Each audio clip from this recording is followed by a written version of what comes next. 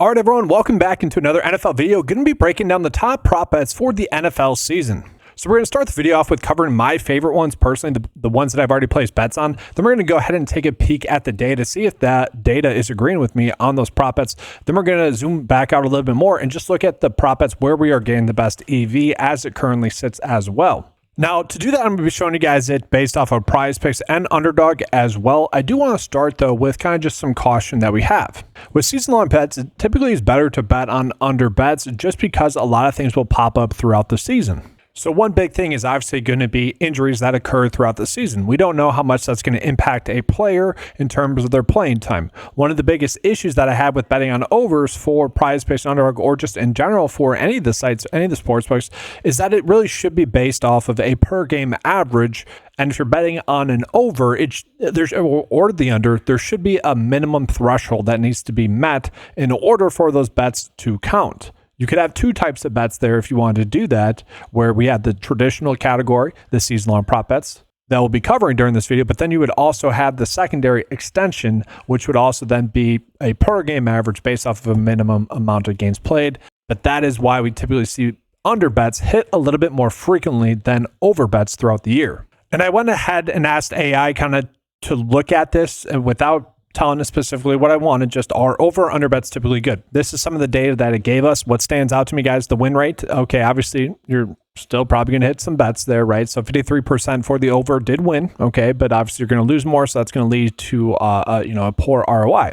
That being said, over or under bets hit about 56% of the time, lean to about a 3.3% ROI per this study. And then here's just another article that I saw from like 2024, July 24th, 2025.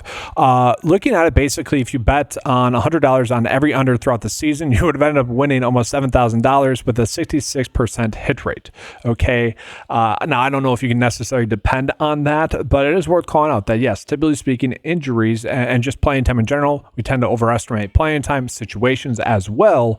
And just overall, that is really where we tend to see that the under bets are typically good bets.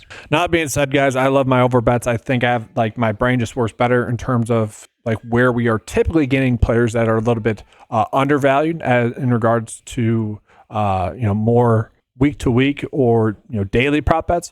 So I'm going to be a little bit more excited to talk about those prop bets, but we are getting some pretty good under bets as well. All right, so here was the first bet slip that I put out about a month ago. Okay, so obviously I do want to call it, we're not betting on this one anymore. I thought that this one was basically going to be a free square for us with Junkins. Obviously, don't love the fact, really any of the news that came out with him, that's terrible there. So we're not going to be betting on that one, obviously. The bet that I want to start with talking about is actually going to be this Polzin Loveland prop bet. I'm a little bit surprised that it hasn't come down a little bit more as the offseason has progressed. So the season has already, or training camp has already started for every single team in the NFL now, including the Chicago Bears. And reports are coming out that Polzin Loveland is still not practicing. Now, he missed the entire offseason. We were seeing reports that from Ben Johnson saying that no one was in the building more than him this offseason. If you look at some other reports, there's a reason behind that. He said he was really struggling picking up the playbook for the Chicago Bears. And obviously that's going to be a big thing there for Ben Johnson. So although it's a very good thing that he has been someone that has been putting in the mental reps, apparently, it's the fact that he needs to do that is concerning to me, that could limit his playing time just in that regard. So now, obviously, when everyone is thinking about the Chicago Bears and just in general with Ben Johnson there, they're going to think Sam Laporta, naturally, with Polzin Loveland being a first-round pick for the tight end position. And if we were to just compare those two, because they are pretty comparable, obviously Sam Laporta had Ben Johnson. Sam Laporta was the rookie that went out and had a very good season. In that season, he had 86 receptions, 889 yards, and 10 touchdowns. Really had himself a good season. But we got to remember, a lot of that was due to necessity for the Detroit Lions, where they're a little bit banged up at the position. It was basically him and also Amon-Ra St. Brown. We saw him kind of slide back a little bit last year in terms of his production, especially in terms of his expected production.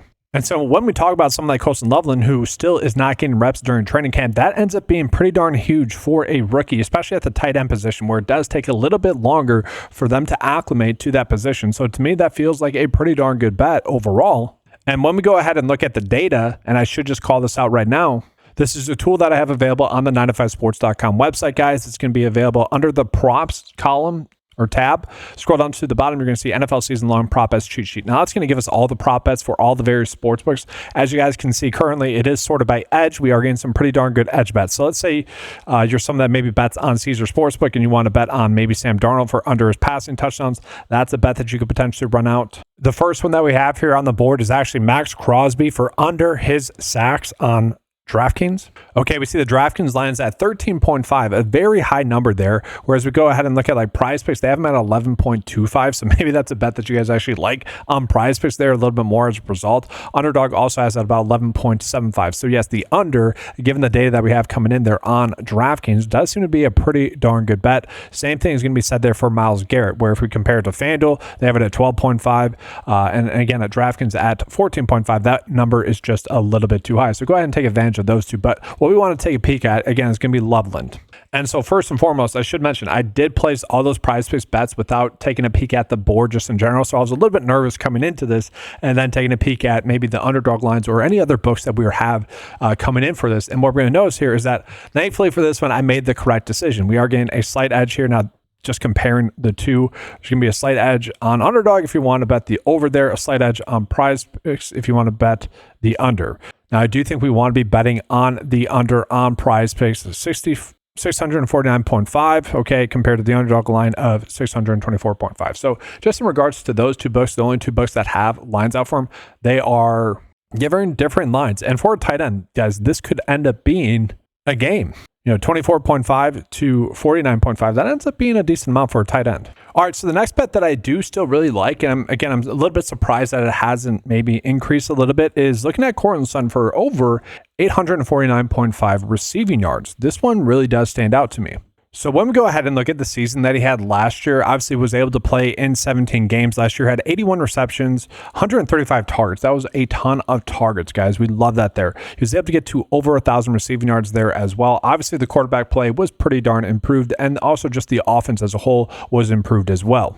Now, we didn't need to go ahead and take a peek at what his game log was last year because that is more telling. So we did see early on in the season, they tried to get him the ball early.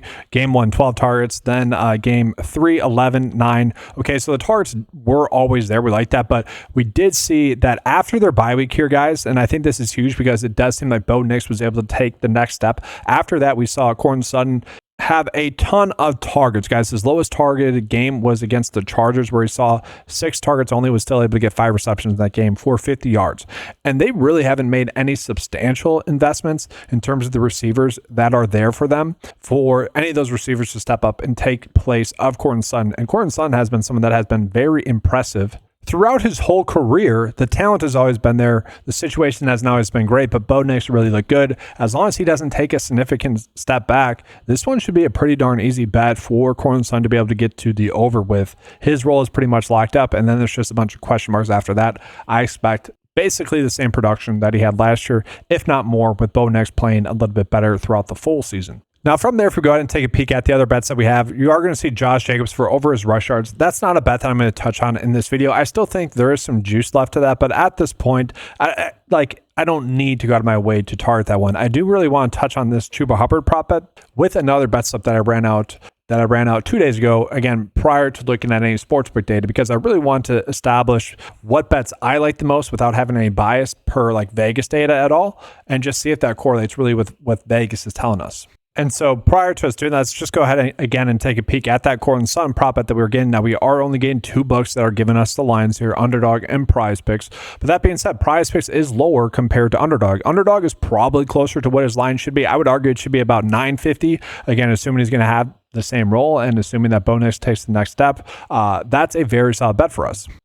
For what it's worth, nothing there with his touchdowns on field, the need to go out of my way to target that. And same thing with his 100 receiving yard games. The receiving yards throughout the season is going to be the best bet that we can get to. But even the fact that we are getting his over and under of 100 receiving yard games at 2.5, if he gets 3 there, that's 35% of the way there already. So like the fact that I'm 2 for 2 in terms of, gauging good value on Prize Picks. All right, so let's go ahead and just take a peek at the bet slip that I ended up running out again, a different, about 2 days ago. So we are going to notice I am targeting some over passing yard prop bets for Jordan Love, Justin Herbert, and Trevor Lawrence. We'll touch on those in just a second. I do want to talk about Chuba Hubbard and then also this bet here with Tyrone Tracy and Cam Scatabo. Obviously, this bet correlates. If we're betting on Tyrone Tracy Jr. to get his over rush yards, then Cam to get over or to get under his rushing yards makes sense. Now, I want to start with calling out the New York Giants running backs. Okay, so Tyrone Tracy is currently listed as the starting running back for the New York Giants. Now, this is before training camp and whatnot, or as training camp is starting. We don't have to really care about this too much, but at the same time, it is noteworthy. And so we are still seeing that Devin Singletary, who did look good last year, he just got outplayed by Tracy. Okay, that's a big thing. I don't expect Cam to be a better runner than Devin Singletary. Okay, because Devin Singletary was not bad last year. He was solid overall. He got injured, lost his job because Tyrone Tracy Jr. was just better than him.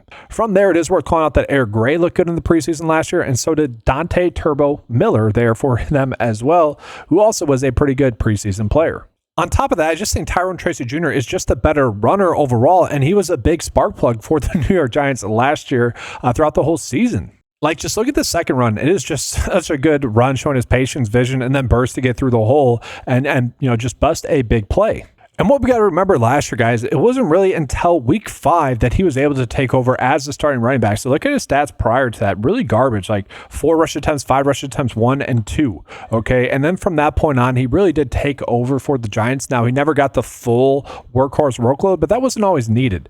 Okay. But the interesting thing is he was still able to get a decent amount of rushing attempts in games that they were getting blown out. Now, that's going to be the biggest concern for people, is the fact that it is still the New York Giants. They probably are going to be playing from behind a lot, but we got to call it as it is. Like, Russell Wilson is a quarterback that should be able to keep games close. He is a quarterback that should promote more of a running game, which then should promote Tyrone Tracy to have a much better season. And it's the fact that last year, guys, he was able to get his over pretty, I wouldn't say easily, but in a limited role, but still able to get the over, getting 839 rush yards. Now, if he has the role that we're expecting him to get, he should be able to get to at least 1,000 rushing yards in this season there as well. Again, with the full workload for the full season as the number 1 running back for the Giants. My biggest concern is Devin Singletary, not Cam Scatabo. And so, yes, if we are betting on one, we're going to bet on the other, okay? And it's not like Tracy is a veteran running back, whereas if the season gets lost here for the Giants, that they're going to take away his workload, like what happened with Devin Singletary last year. No, he's a second-year running back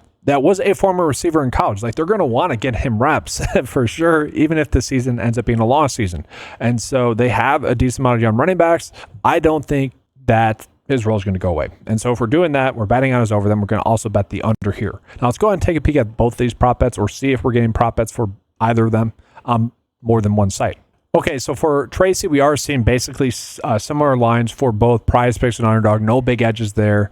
And then for Cam, it is basically going to be the exact same thing there, but it is worth calling out, guys, that on Underdog, this is going to be a slightly better bet. And so this is a decent way of maybe going about stacking this without having to bet it on the same site. So yes, we'd much rather be betting on the under on Underdog rather than the under on Prize Picks. Okay, for a player like him who's going to be at best in a complimentary role, that yardage difference could end up being pretty darn huge.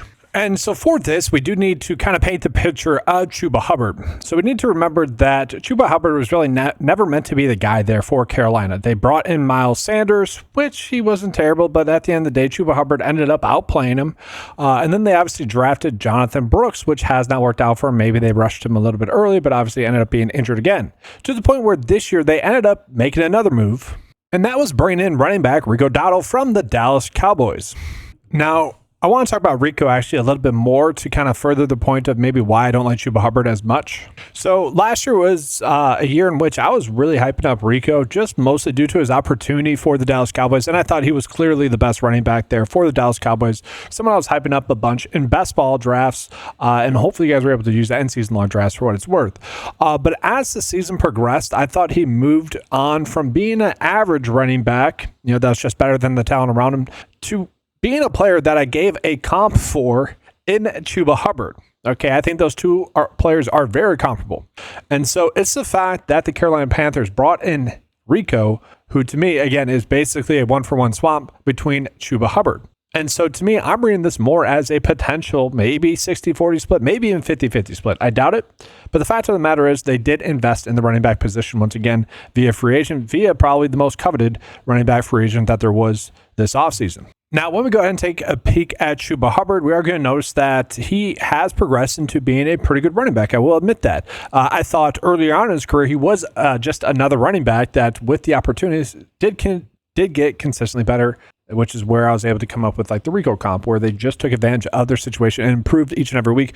We have seen that happen with Chuba Hubbard. Now, when we go ahead and look at his career stats, we are going to notice that last year was definitely the best year of his career. And in terms of rushing, guys, 250 rushing attempts, was able to get to his over rushing yards pretty easily there, given the line that we're getting for him of 950. Now, when we go ahead and take a peek at the rushing stats from last year, I think that really opens up a bigger picture there for the Carolina Panthers. Okay, so their second highest rusher on the year last year was freaking Bryce Young, guys, okay, who ended up getting 43 carries for 249 yards, okay, quarterback. That's never good. And then you do have Miles Sanders there, who in his limited work, I did think looked fine. Like, he was fine, but 55 carries, clearly not the guy. And so they end up getting rid of him and then bringing in Rico Dowdle, who, again, I do think that he is going to eat into the workload that Chuba Hubbard ended up having. Now, when we go ahead and take a peek at the lines that we were getting for Chuba Hubbard, across the board, we are getting the exact same lines. So there's no real big edge there per any sportsbook. Okay, so really it's just, do you think he's going to have a reduced workload from last year? If yes, bet on his under. Okay, if you think it's going to be the same or even better, maybe you could bet his over. And for what's worth, another interesting bet with him then would also be under 6.5 rushing touchdowns, whereas Prize Picks has it currently set at 6. So just another thing that was worth calling out there for him. Now, guys, one of the biggest busts that we've seen recently in the NFL in terms of a player that keeps getting more work has been Trevor Lawrence. He just keeps getting opportunities, even though he really has proven that he hasn't been the guy. Now, a lot of that's just due to the talent that he does have. You see the upside there with him. Okay, in terms of like NFL quarterbacks that have been busts, it makes sense why he has gotten the longest leash really out of a lot of them. The situation hasn't always been great for him as well. But there is talent there that can be tapped into. It's a little bit different than, let's say, Justin Fields, who we know Justin Fields is probably just a backup quarterback in the league. To me, I do think Baker Mayfield's actually a pretty good comp there for Trevor Lawrence. Baker Mayfield's career was basically over, okay? Prior to, really, it was one pass that he made for the LA Rams, which was this throw, which was, probably one of my most viral tweets that I've had, where, yes, Baker Mayfield throws this pass against the Raiders and ends up really just saving his career. Now, I know he gets a lot of slack, okay, just because of that kind of weird press conference, but the offense was great. We got to admit that. And so I actually am really buying into him as like a good offensive mind. And if we're buying into that and potentially improving Trevor Lawrence the way he was able to improve Baker Mayfield, then I think the sky's really the limit there with Trevor Lawrence. We also got to think about the additions that the Jaguars have made as well. Obviously, last year, guys, Brian Thomas Jr. ended up having a very good season, mostly on the tail end, mostly with Mac Jones, which is a little bit concerning there. I do worry that Brian Thomas Jr. is getting a little bit overrated, slightly overrated. I shouldn't go too crazy, but he reminds me more of a Jerry Jeudy type rather than a Mike Evans type, for example. Like, not terrible, still good. Obviously, I think a little bit of his production is going to come down, but regardless, this is about Trevor Lawrence, and Trevor Lawrence having a good, talented receiver is really good. And then obviously they also do have Travis Hunter there, who they invested a first-round pick in, who does seem to be mostly playing receiver based off of early training camp signs. I think that's going to be his primary position, and then cornerback is going to be more secondary. Now, again, self pat on the back here, guys, where apparently I did a good job of assessing this prop bet. Again, I didn't look at any of this stuff prior to placing these bets, but the Prize Picks line is the lowest among the lines that we were getting. We look at Underdog. They have it, decently higher, not too much higher, but, enough. FanDuel and DraftKings more at 3,700 yards. So, yes, at about 3,624, it's a little bit of an edge. It's not much, but again, I'm glad we're making the correct decisions there. So that's another bet where, again, given the improved targets, we like it. And then let's go ahead here and talk about Jordan Love. So Jordan Love, I obviously already mentioned that I like his over passing yards. And again, a little self pat on the back. Again, we are making the better bets there by using this on Prize Picks. So his yardage total is he's going to get over 3,500 passing yards. We are going to notice that Underdog is about 100 yards more. BetMGM, guys, 150 yards more there as well. The interesting thing here about Jordan Love is he played most of the season last year banged up. Okay, he ended up missing a game there as well. And then Christian Watson ended up getting injured for the Green Bay Packers. Now, a lot of people might not know the value that like Christian Watson has provided for this offense. For whatever reason, Matt LaFleur's offense does need Christian Watson to go. Now, we do know that he's going to be starting the season out, but good thing is he seems like he's going to be able to return midway through the season. The other better thing, though, is that the Green Bay Packers made a first-round investment in a rookie receiver, which is something that never happens as a Green Bay Packers fan. Matthew Golden. And to me, Matthew Golden does hold like the highest ceiling among the receivers that were drafted. I think McMillan is a very solid safe bet. I would say the same thing for Emeka Egbuka as well. Travis Hunter, I don't really know how to gauge him. And you just look at the metrics there for Matthew Golden, just all pretty darn elite, and he ends up in a very good spot. The Packers still have Jaden Reed, Romeo Doubs, Dontavian Wicks. They have a very good weapon of receivers there now. We'll just see if Matthew Golden is able to step up and actually be a receiver number one for this offense that it desperately needs. And then, guys, they still have the tight end Tucker Kraft, who has been a player that I've been hyping up a decent amount. Really, last year I was begging people to draft in best ball drafts. That worked out. And this year as well, I really like his talent. I think he could take another step. And if he ends up doing that, those are improved passing weapons for Jordan Love. Now, guys, when we talk about Jordan Love, a lot of people would maybe potentially say that he took a step back last year, and those are going to be people that really weren't watching the film. I would say he did improve a little bit. Now, that might not show up on the stat sheet, but really the biggest problem with the Green Bay Packers last year was, one, he wasn't as mobile, don't get me wrong. In terms of the passing game, it was on the receivers. Jaden Reed took a little bit of a step back, had a bunch of drops. He ended up being a receiver that you couldn't trust in certain situations. Same thing with Dontavian Wicks as well. The talent is there for both of those receivers, assuming that they clean up some things here and there, especially in regards to dropping the football, then that should end up being a good thing there for Jordan Love. And so just getting back into it, guys, like the biggest issue that we have with all these prop bets, with all these over bets, is we need the players to be playing the full season, or at least only missing one game. You know, if you give him one more game, he probably does get that over regardless, right? So if you give him an additional game, he was on pace to get that over. Now, 2 years ago, he was able to easily get that over there, guys, in his first real season as a starter. Okay, so considering all of those things, he's going to be healthier. He's going to be, good to go. You look at that first Eagles game, guys, he looked freaking pretty darn good up until that injury, obviously, at the end of the game. From there, he never really looked like his full self. And again, the vibes kind of got weird at the end of the season for the Green Bay Packers. It was a lot like the Eagles 2 years ago, where at the end of the season, it's just weird vibes for them. And then obviously they were able to turn that around last year. It's kind of what it feels like there for the Green Bay Packers. And again, another season for him, he should be able to get that over. And then we go ahead and get into Justin Herbert. This one is an interesting one here as well. It's a pretty high pass total, I would say, for him. But again, I do think that this is just going to end up being the correct bet for us. So I want to just talk about the offensive weapon improvements for the Chargers first before we really break down anything with Justin Herbert.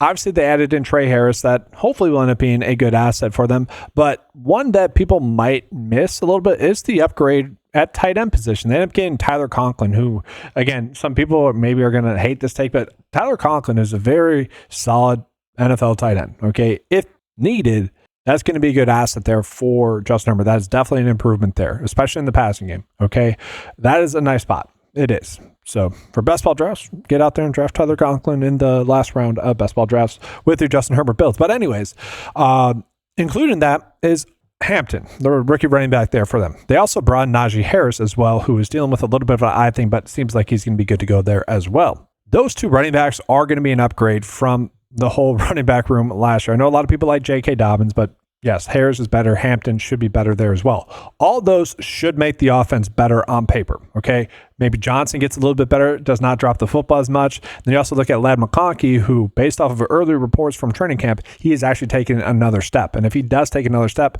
then this offense should kind of just be a powerhouse. It really should be, okay? On paper, it's going to be very good. Okay, so we do know that, his first few seasons in the NFL were definitely more pass-heavy seasons for him. Okay, we knew that last year would most likely end up taking a little bit of a step back in terms of the passing volume, and we do see that in terms of his attempts. Only 500 passing attempts there, which if you look at a season prior to that where he ended up getting injured, not much more, and he only played 13 games prior, and then 17 games obviously last year. Okay, so this is another one where we do need Justin Herbert to be playing a full season if we are thinking that this bet is going to hit.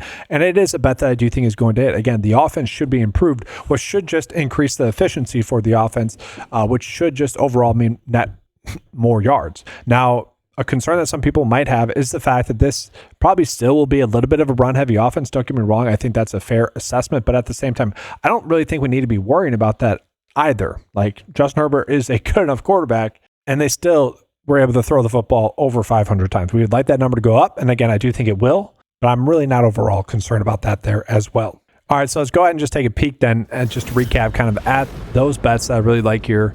Katossin, Coaston, Loveland, and Courtland Sutton. Before just saying, an easy bet there for Prize Picks. This is what we're looking at there as well. Let me know in the comment section below if you guys like any of these ones a lot or hate one of them. I'm perfectly fine with that. Just give us a logical reason as to maybe why that is. Don't just come in here and complain about random things, okay? Whatever. If you disagree with the take, that is fine. I welcome that. Maybe provide a reason as to why, though. But now let's go ahead and zoom out, and let's just go ahead and take a peek at where we are getting just some of the best prop bets on Prize Picks currently. Okay, one of them is going to be with Michael Penix here, which I actually don't mind. Okay, this, again, Prize Picks is the lowest among the groups, off by 100 yards, and I do think Penix is going to end up having a good passing season if he stays fully healthy. That one I'm fine with. Patrick Mahomes, I really don't want to touch with the whole Rashid Rice stuff. I think Travis Kelce is taking a step back, a little bit worried about that. An interesting one here is RJ Harvey. Okay, so Caesars and DraftKings has him about at 700 rush yards, whereas Prize Picks and Underdog have him at 726 and 724. Okay, so not a big difference there, but it is interesting there. Like, I do think we're all expecting RJ Harvey to eventually be the RB1. Could end up being a Tyrone Tracy situation, but J.K. Dobbins is there. We did see Sean Payton really go ahead and mix and match the running backs. He was searching for something. I thought it'd be Jaleel McLaughlin. He was the one that kind of stayed around the whole time, but they tried to make Audric Estime a thing as well. That did not really work out. Javonte Williams really had 2 good games and then really was okay, but not really special there. RJ Harvey should be able to have a good year, but maybe they just default to J.K. Dobbins, who they can trust a little bit more there.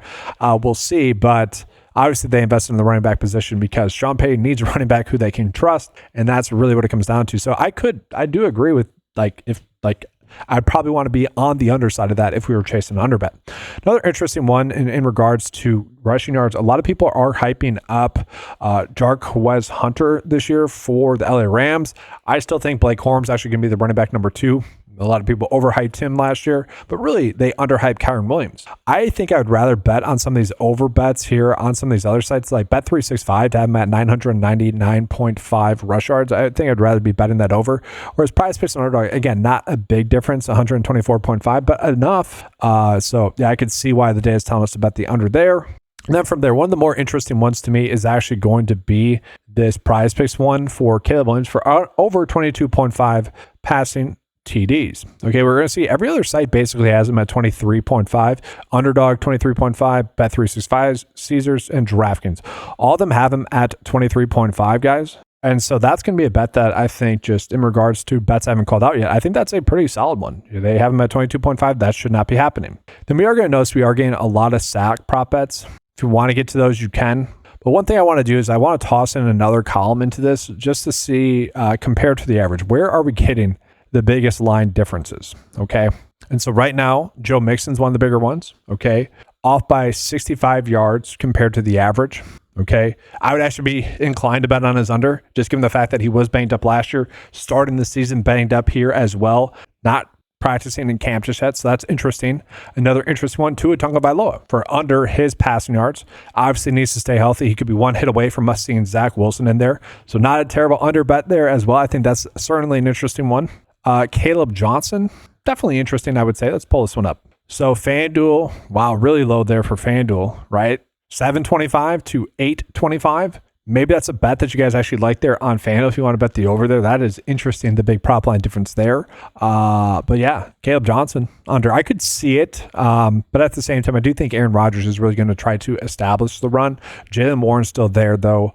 He's going to be more the passing down running back there as well. So in terms of like Prize Picks, not that many big prop line differences, but let's just go ahead and zoom out. Let's just take a peek at all the sports books and see where we're getting the biggest prop line differences as well. I think that could be interesting. And the biggest prop line difference, and guys, I should call it, this is still somewhat like, I just kind of tossed this together so that we could use it. Obviously I have a tool to use. So I'm not sure why like the 8.3 difference is pulling up here. And then the next biggest one is Bryce young, 70, whatever. Okay, 75 yards. Okay, it's obviously going by the leading number, whatever. But looking at it, guys, 3,200 yards for underdog. Prize picks, so that's almost like a game difference there with the prize fish line. Interesting. Worth calling out there. Don't mind that. I would love to see other books coming in there with their lines. And then let's talk about Nico Collins. So this one's an interesting one there as well. Again, assuming that he does play all the games, and actually this could end up being a bet that you stack with Joe Mixon for under his rush yards. If that's a bet that you like, I think that would correlate. But underdog is clearly the highest one compared to all the other books. Bet 365 at 1,050 receiving yards. Underdog at 1,200 almost, which is obviously huge. That's a middling opportunity. And that actually brings up the last little bit of this tool that we should talk about and take a peek at. Are we getting any arbitrage opportunities? Okay, so if you guys are unfamiliar with this, this is where bets, you can bet two sides of a bet and it's going to profit for you no matter what. And so for Chase Brown, we are actually seeing a bunch, which is interesting here. Okay, so the unfortunate thing is a lot of the times it is like comparing to underdog, just some differences in the lines. But let's see here. So if you were to bet the over on Caesar Sportsbook at plus 110 and then the under on underdog where they're valuing it at about plus 118, that'd be a profit if it hits on Caesar of not much. Okay, it's only 0.03 units of profit. If it hits on underdog, about 0.11. Now the issue obviously comes with underdog where you have to bet it, 2 bets with it, so a little bit annoying there. But yeah, that's it with all the prop bets that we have being pulled in, which is definitely a little bit interesting there. Now, that's going to do it for this video. I probably will be coming out with a little bit more, probably another video that's a little bit more focused on underdog, and then another video that's probably more focused on more traditional books as well. Maybe I'll do a receiver focused video. If any of those sound interesting, guys, just let me know in the comment section below. But on your guys' way out, make sure to like the video, subscribe to the channel if you guys have not done so before. If you guys would like access to that props betting cheat sheet, head on over to 9to5sports.com. It's going to be included in your $10 monthly membership at 9to5sports.com. Including that is going to be access to all the other tools for props betting. NFL DFS will be starting soon. Preseason NFL DFS will be starting soon. All the fantasy golf tools are included in that there as well. So check that out. That's going to be all, guys. Thanks for watching. Leave a like, subscribe to the channel. And as always, guys, let's keep cashing.